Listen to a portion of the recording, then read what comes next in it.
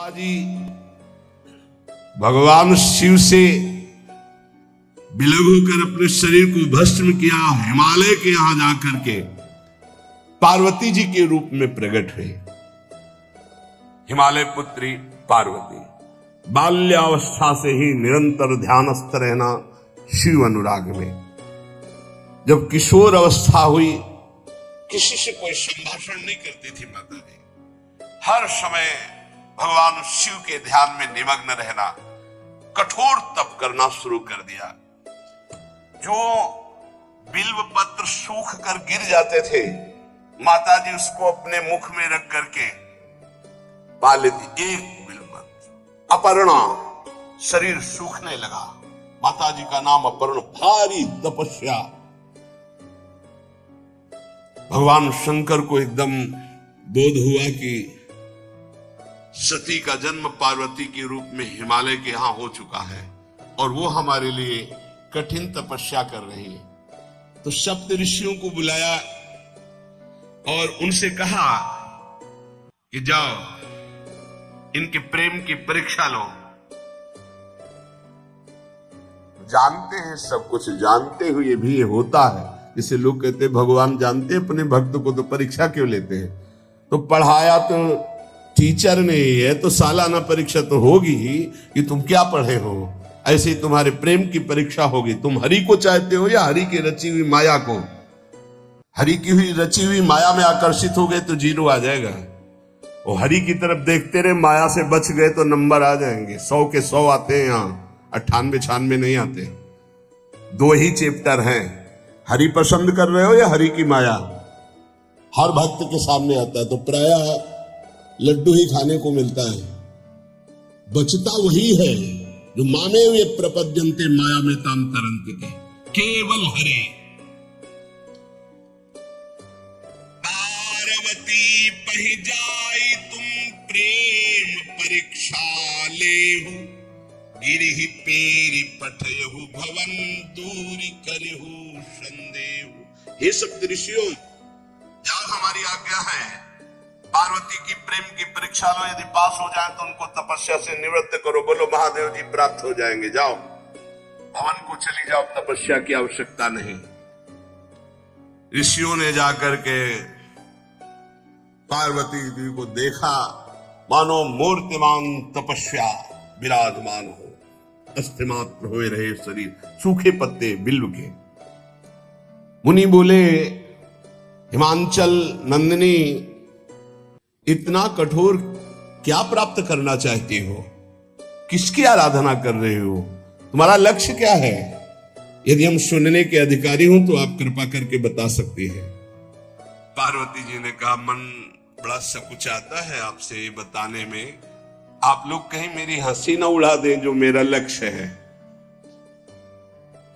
मैंने भी बहुत सिखाने की कोशिश की, लेकिन मेरा मन नहीं मान रहा, हठ पकड़ लिया है। क्योंकि मेरे गुरुदेव ने मुझे जो आकर के बचपन में बता दिया, मैं वही हृदय से स्वीकार कर ली। मनु हठ परा सुनई न सिखावा, चहत बारी पर भीति उठावा। नारद कहा सत्य सोई जाना, बिनु पंखन हम चाहि उड़ाना। मुनियो, वैसे आप भी हंस दोगे। ऐसा लगता है जैसे हम भारी प्रबल धारा में बालू का बांध बनाना चाहती हैं। कहां भगवान शिव और कहां मैं? मेरे गुरुदेव नारद ने बचपन में आकर के कहा, तुम्हारे पति देवाधिदेव महादेव होंगे। बस मैं तब से अपने पति की प्राप्ति की आराधना कर रही हूं। पता नहीं आप मेरी बात सुनकर हंसेंगे कि मानो बिना पंख के मैं आकाश को छूना चाहती हूं। ऋषि हंस पड़े और कहा, बात तो सही है, पर्वत से उत्पन्न हुई हो तो इसलिए तुम्हारी बुद्धि भी हमें लगता है जड़ ही है। नारद के उपदेश से आज तक किसी का घर बसा है? नारद के उपदेश से किसी का घर बसा है? अरे जिस जिसका उपदेश किया उसको बैरागी बना दिया, गृहस्थी तो बनाया नहीं। नारद उपदेश सुनकर किसी का घर बसा हो, ऐसा तक प्रमाण नहीं है। देखो, दक्ष के पुत्रों को उपदेश किया, 10,000 एक को 1,000 एक, लौट कर नहीं आए, सब बैरागी बन गए। चित्रकेतु को उपदेश किया, घर चौपट हो गया। प्रहलाद जी को उपदेश किया, पूरा हिरण्यकश्यप का नाश हो गया। नारद सिख जे सुनहि नर नारी, अवसि होई तजी भवनु भिखारी। हमारे गुरु नारद जी की जो सीख सुना, बर्बाद हो गया, बाबा जी बन गया, भजनानंदी बन गया। वैसे हम बताएं, नारद जी हैं बड़े कपटी, ऊपर से साधु का चिन्ह है, अंदर से कपट। क्या कपट? उसके संसार का नाश कर देते, भगवान से जोड़ देते हैं। मुझे नारद जी की बात कम समझ में आती है। ये उल्टा बोल रहे ऋषि परीक्षा के लिए, गुरु निष्ठा हटाने के लिए, समझ रहे हो? पार्वती जी ने कहा बचपन में मेरे गुरुदेव ने बता दिया, वही मैं नारद जी की बात आज तक घर किसका? जो नर नारी नारद की बात सुने भवन त्याग करके भिखारी बन गया, प्रमाण है। उनके वचनों पर तुम विश्वास मान रही हो? महादेव जी को पति निर्गुण नीलाज कुबेश कपाली, अकुल अगेह दिगंबर ब्याली। नारद जी ने तुम्हें भगवान शिव को पति बिल्कुल निर्गुण समझो। निर्गुण का मतलब दूसरा भी अर्थ होता है और एक अर्थ होता है कि कोई गुण नहीं। नीलाज, नंगे धड़ंगे घूमते कभी कभी, दिगंबर, कोई लज्जा नहीं। कुबेश, भाई सुंदर मुकुट लगाए हो, पोशाक पहने हो, नहीं, चिता की भस्म लगाए, मुंडों की माला पहने, बहुत बाघंबर डाल लिया, ये कुबेश है।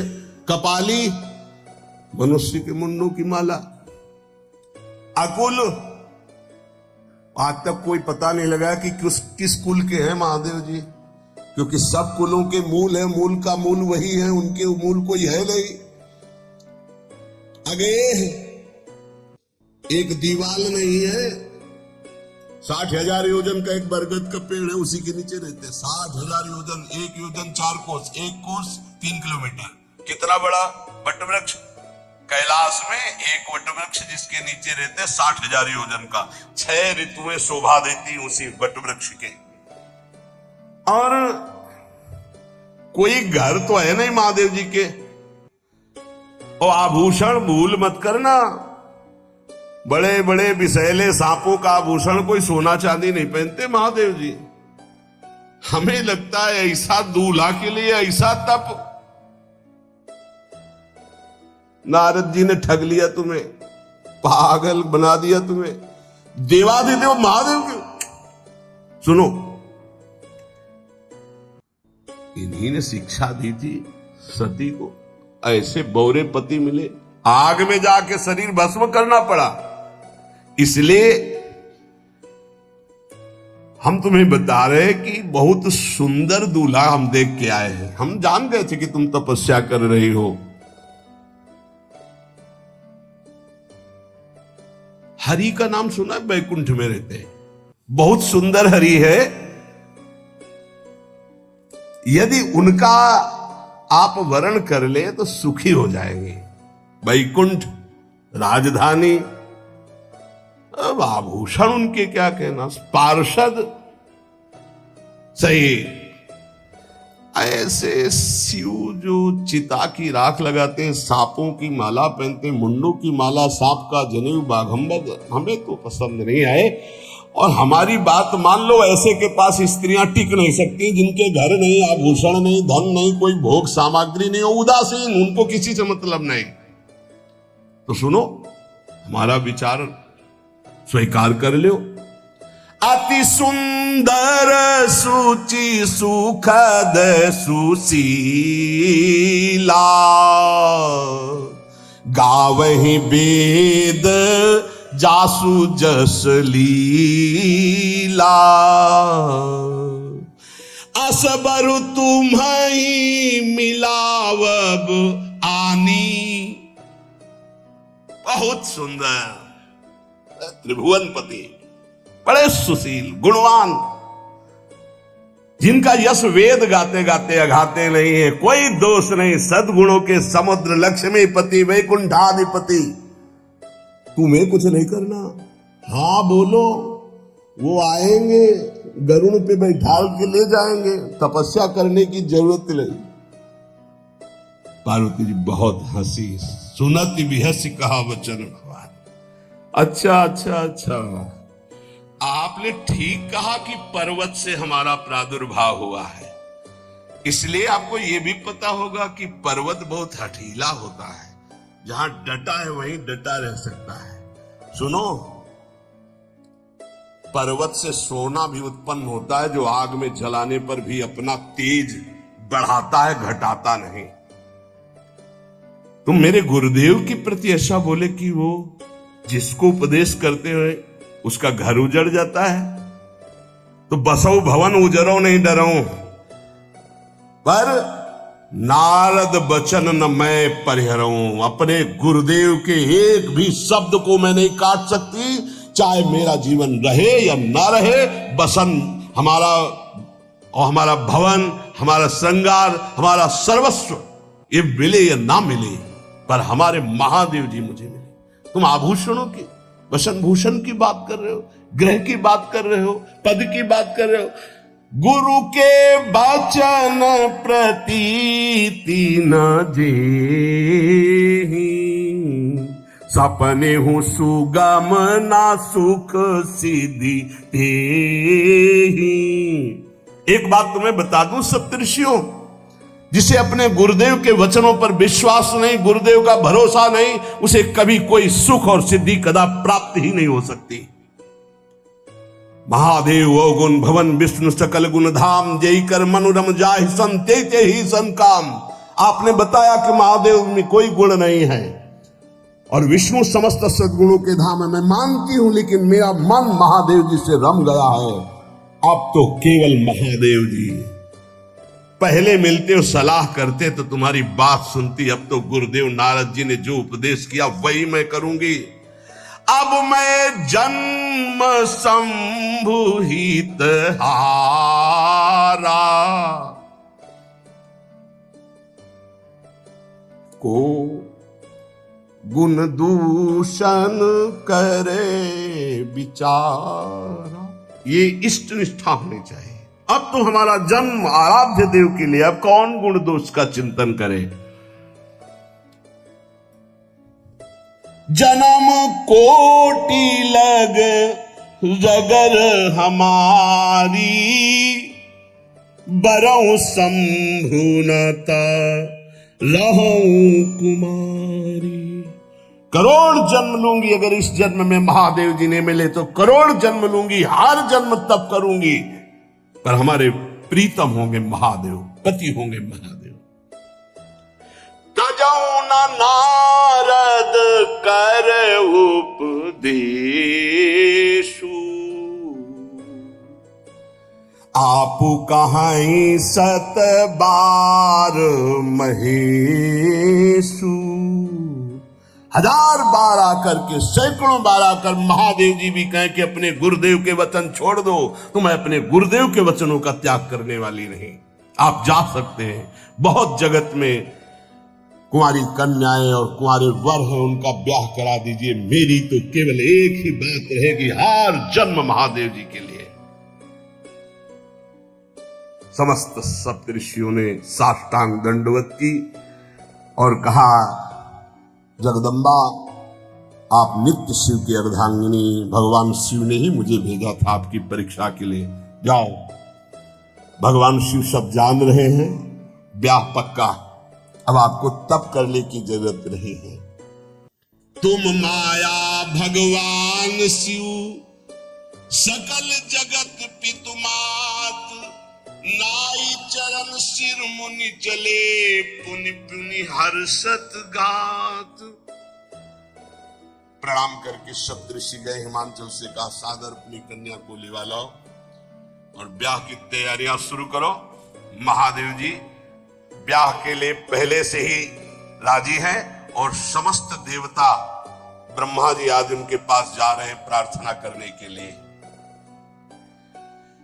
इधर जब पार्वती जी को लेकर हिमालय अपने घर पे आते हैं, तब भगवान विष्णु, समस्त देवता, ब्रह्मा जी कैलाश पहुंचे, जहां भगवान शिव विराजमान थे। सबने स्तवन किया और कहा प्रभु बहुत दिन से एक लालसा है, सकल सुरन के हृदय शंकर परम उछाहु, निज नैनन देखा चाहे नाथ तुम्हार विवाह। भगवान विष्णु, ब्रह्मा जी, समस्त देवताओं ने कहा प्रभु हम सबके मन में एक उत्साह है, आप दूल्हा हो, हम सब बराती हो, आपका विवाह देखना चाहते हैं। प्रभु ये उत्सव देख ले तो हमारा जीवन सार्थक हो गया, आप हां बोलो। कामदेव के मद को चूर करने वाले आपको दूल्हा रूप में देखना चाहते हैं हम सब। स्वामी का स्वभाव होता है सेवक को सुख देना। पार्वती जी ने अपार तप किया है आपके लिए, आप उनको अंगीकार कीजिए। भगवान विष्णु, ब्रह्मा जी की प्रार्थना सुन करके भगवान शिव जी ने कहा तथास्तु, ठीक है ब्याह पक्का। देवताओं ने नगाड़े बजाए, फूलों की वर्षा होने लगी, देवाधिदेव महादेव की जय के नारे कैलाश में गूंजने लगे। सप्तऋषि भगवान शिव के पास आए, कहा प्रभु बड़े अनन्य है पार्वती जी आपकी, अखंड प्रेम है, हमने बड़ा छल करके उपदेश किया, लेकिन उन्होंने कहा कि मैं नारद जी का उपदेश नहीं त्याग सकती, करोड़ों जन्म लूंगी और हर जन्म महादेव जी के लिए। भगवान शिव जी की आंतरिक वृत्ति जो पार्वती जी की प्रीति की है उसे कोई नहीं जानता। बहुत विरह में रहे, ऐसा न समझे कि देवाधिदेव महादेव जी परम उदासीन है, नहीं, सती जी के वियोग में बड़ी विचित्र दशा महादेव जी की हुई थी। सप्तऋषि फिर गए पार्वती जी के पास और कहा भी बीच में घटना घट गई, कामदेव गया था महादेव जी की समाधि को भंग किया तो महादेव जी ने कामदेव को भस्म कर दिया, तो अब ब्याह का मतलब क्या रह गया। भवानी ने कहा तो तुम क्या अभी तक भगवान शिव को काम युक्त देखते थे क्या? क्या तुम समझते हो तुम्हारे जान काम अब जा रहा, अरे अब लग शंभु रहे सभी कारा। तुम्हारी नजर में अभी तक भगवान भिखारी थे और अब काम को भस्म किया है।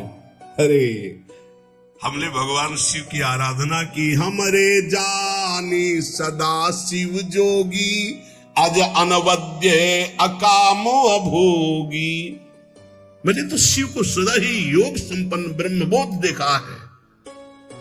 वचन और कर्म से, मन से मैंने यदि भगवान शिव को अपना स्वामी माना है, योगी, अजन्मा, अनिंद्य, काम रहित, भोगहीन, तो निश्चित मुझे प्राप्त होंगे। भगवान शिव के पास फिर सप्तऋषि गए, बोले प्रभु गजब की निष्ठा है, केवल आपके प्रति प्रेम है।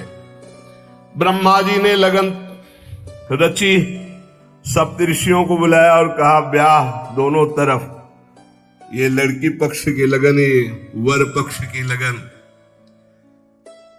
ब्याह तय हो गया, दिन नक्षत्र घड़ी, नगाड़े बजने लगे देवताओं के लिए, सुमन वृष्टि हुई। ब्रह्मा जी ने सबको बुलाया, हिमालय ने सबको निमंत्रण दिया, बड़े बड़े पर्वत भेंट लेके आ रहे हैं, बड़े बड़े रस निधि समुद्र भेंट लेकर के आ रहे हैं।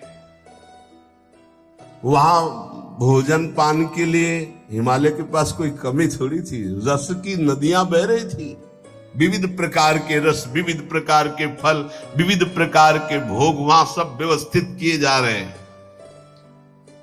ब्रह्मा जी ने कहा देखो, सबसे पहले नारायण की समाज रहेगी, दूल्हे की नहीं रहेगी, नहीं तो गाली ही पड़ेगी। हिमालय के यहां प्रवेश पाने के लिए बरातियों में सबसे पहले नारायण, फिर देवराज इंद्र का परिकर, वायु देवता, अग्नि देवता, सबसे पीछे दूल्हा की बारात। बात तय हो गई। ऐसे ऐसे सब लगे संवारन सकल सुर, वाहन विविध विमान, हो ही सगुन मंगल सुबद, करहि अप्सरा गान। सब अपने अपने वैभव संपन्न सब तैयार हो रहे हैं। बोले महाराज दूल्हे को तैयार किया जाए। शिव ही शंभु गण करहि सिंगारा, जटा मुकुट अहि मोर संवारा, कुंडल कंकन पहिरे ब्याला, तन विभूति पट के हरि छाला, शशि ललाट सुंदर सिर गंगा, नयन तीन उपवीत भुजंगा, गरल कंठ उर नर सिर माला, अशिव वेश शिव धाम कृपाला, कर त्रिशूल अरु डमरु विराजा, चले बसहा चढ़ी बाजहि बाजा, देखि शिवहि सुरत्रिय मुस्काहि, बरलायक दुल्हनी जग नाही। दूल्हे की तैयारी हो रही भाई। चिता की भस्म, चिता की भस्म, जैसे पाउडर ले लिया, पहले चिता की भस्म लगाई गई, अब जटाएं बांधी गई। जटा ऐसे त्रिभुवन का विनाश जब करना होता, जटा खोलकर जब तांडव करते तो कोई नहीं बचता। जटा कटा संभ्रमम भ्रमण निलंप निर्झरी, विलोलवी चिवल्लरी विराजमान मूर्धनि, धगत धगत धगत जो ललाट पट्ट पावके, तीसरा नेत्र मानो विश्व का विनाश। शिव के दर्शन कैसे होंगे? प्रस्तावना शिव सृष्टि के संहारक परंतु उतने ही करुणामय और सहज भी, त्रिनेत्रधारी, जटाधारी, कैलाशपति, महाकाल, इन सब नामों के बीच छिपा है वो ब्रह्म जो साक्षात मोक्ष का द्वार है। हिंदू धर्म में शिव दर्शन को आत्मज्ञान, भक्ति और मोक्ष का सबसे पवित्र अनुभव माना गया है। लेकिन प्रश्न यह है कि शिव के दर्शन कैसे हों? क्या हम उन्हें आंखों से देख सकते हैं या फिर ये एक आध्यात्मिक अनुभव है? ये लेख 3 शब्दों में शिव दर्शन के अर्थ, अनुभव, विधियां और संभावनाओं को विस्तार से समझाने का प्रयास करता है। शिव कौन है? शिव केवल एक देवता नहीं, वे अस्तित्व का आधार हैं। वे आदिदेव हैं, न आदि हैं न अंत। वे निर्गुण भी हैं और सगुण भी। वे ध्यान में लीन योगी भी हैं और प्रलयकारी तांडव करते रुद्र भी। शिव का अर्थ ही है कल्याणकारी। इसलिए जब हम शिव दर्शन की बात करते हैं तो ये केवल मूर्ति या स्वरूप को देखने की बात नहीं है, बल्कि एक दिव्य अनुभूति की बात है जो आत्मा को झकझोर देती है। शिव दर्शन का अर्थ क्या है? शिव दर्शन के 3 स्तर हो सकते हैं। वर्ण स्थूल दर्शन, शिव की मूर्ति या शिवलिंग के रूप में मंदिरों में दर्शन करना। सूक्ष्म दर्शन, स्पिरिचुअल विजन, ध्यान, तपस्या या स्वप्न में शिव का अनुभव करना। अद्वैतिक दर्शन, नॉन डुअल विजन, आत्मा में शिव को अनुभव करना, शिवो अहम, मैं ही शिव हूं का बोध। शिव दर्शन के माध्यम भक्ति शिव दर्शन के सबसे सरल और प्रभावी मार्गों में से एक है। अखंड अभिषेक करें, महामृत्युंजय मंत्र या शिव पंचाक्षर मंत्र नमः शिवाय का जप करें, सोमवार का व्रत रखें, शिवरात्रि को जागरण करें, शिवालय में नित्य दर्शन करें। शिव भक्ति करने वालों पर शिव की कृपा शीघ्र होती है। ध्यान मेडिटेशन। शिव ध्यान का स्वरूप है। वे सबसे श्रेष्ठ योगी ध्यान से शिव को महसूस किया जा सकता है। विधि: शांत स्थान पर बैठें, आंखें बंद करें, गहरी सांस लें, और नमः शिवाय का जप करते हुए हृदय में शिव को अनुभव करें। 22 कुछ समय बाद एक प्रकाश, कंपन या आंतरिक शांति महसूस होगी। यही प्रारंभिक शिव दर्शन है। स्वप्न और संकेत। कई बार शिव किसी भक्त को स्वप्न में दर्शन देते हैं, विशेषकर जब भक्ति तीव्र होती है या संकट काल हो। स्वप्न में दिखने वाले संकेत एक साधु रूप में शिव, कैलाश पर्वत, नाग, त्रिशूल या डमरू, शिवलिंग से निकलती रोशनी। स्वप्न में दर्शन केवल एक संकेत है कि आप सही मार्ग पर हैं। इसे अत्यधिक अहंकार में नहीं बदलना चाहिए। तीर्थ और तपस्या। भारत में शिव के कई पवित्र स्थान हैं, जैसे काशी विश्वनाथ, वाराणसी, केदारनाथ तुरांड, सोमनाथ गुजरात, अमरनाथ जम्मू कश्मीर, भीमाशंकर महाराष्ट्र। इन पवित्र स्थलों पर की गई तपस्या, व्रत और दर्शन से शिव की अनुभूति विशेष होती है। गुरु कृपा और दीक्षा। शिव को पाने के लिए एक योग्य गुरु का होना अत्यंत आवश्यक होता है। गुरु शिष्य को मार्ग दिखाता है कि किस प्रकार शिव का अनुभव किया जाए। गुरु द्वारा दी गई मंत्र दीक्षा, आत्म निरीक्षण और संकल्प के माध्यम से गुरु ही वह माध्यम होता है जो हमारी चेतना को शिव की ओर ले जाता है। शिव दर्शन के अनुभव। जब शिव दर्शन देते हैं तो यह अनुभव कुछ इस प्रकार हो सकता है। समय रुक जाता है, शरीर में कंपन होता है, हृदय गदगद हो उठता है, आंखों से आंसू बहते हैं, एक गहरी शांति महसूस होती